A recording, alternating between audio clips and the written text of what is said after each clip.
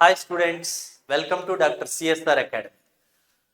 ఈరోజు మన topic current electricity. Current ఎలక్ట్రిసిటీలో ఒక ప్రాబ్లం ఇచ్చాడు. ఇందులో కరెంట్కిను కండక్టర్లో కరెంట్ టైంతో ఎలా వేరీ అవుతుందో ఇచ్చాడు. I equal to 12t + 9t² అన్నాడు. అయితే charge passing through the conductor between times t equal to 2 seconds and 10 seconds.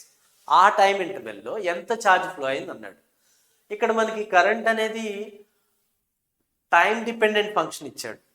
అంటే 12t + 9t², అంటే టైంతో కరెంట్ అనేది పెరుగుతూ వెళ్తుంది.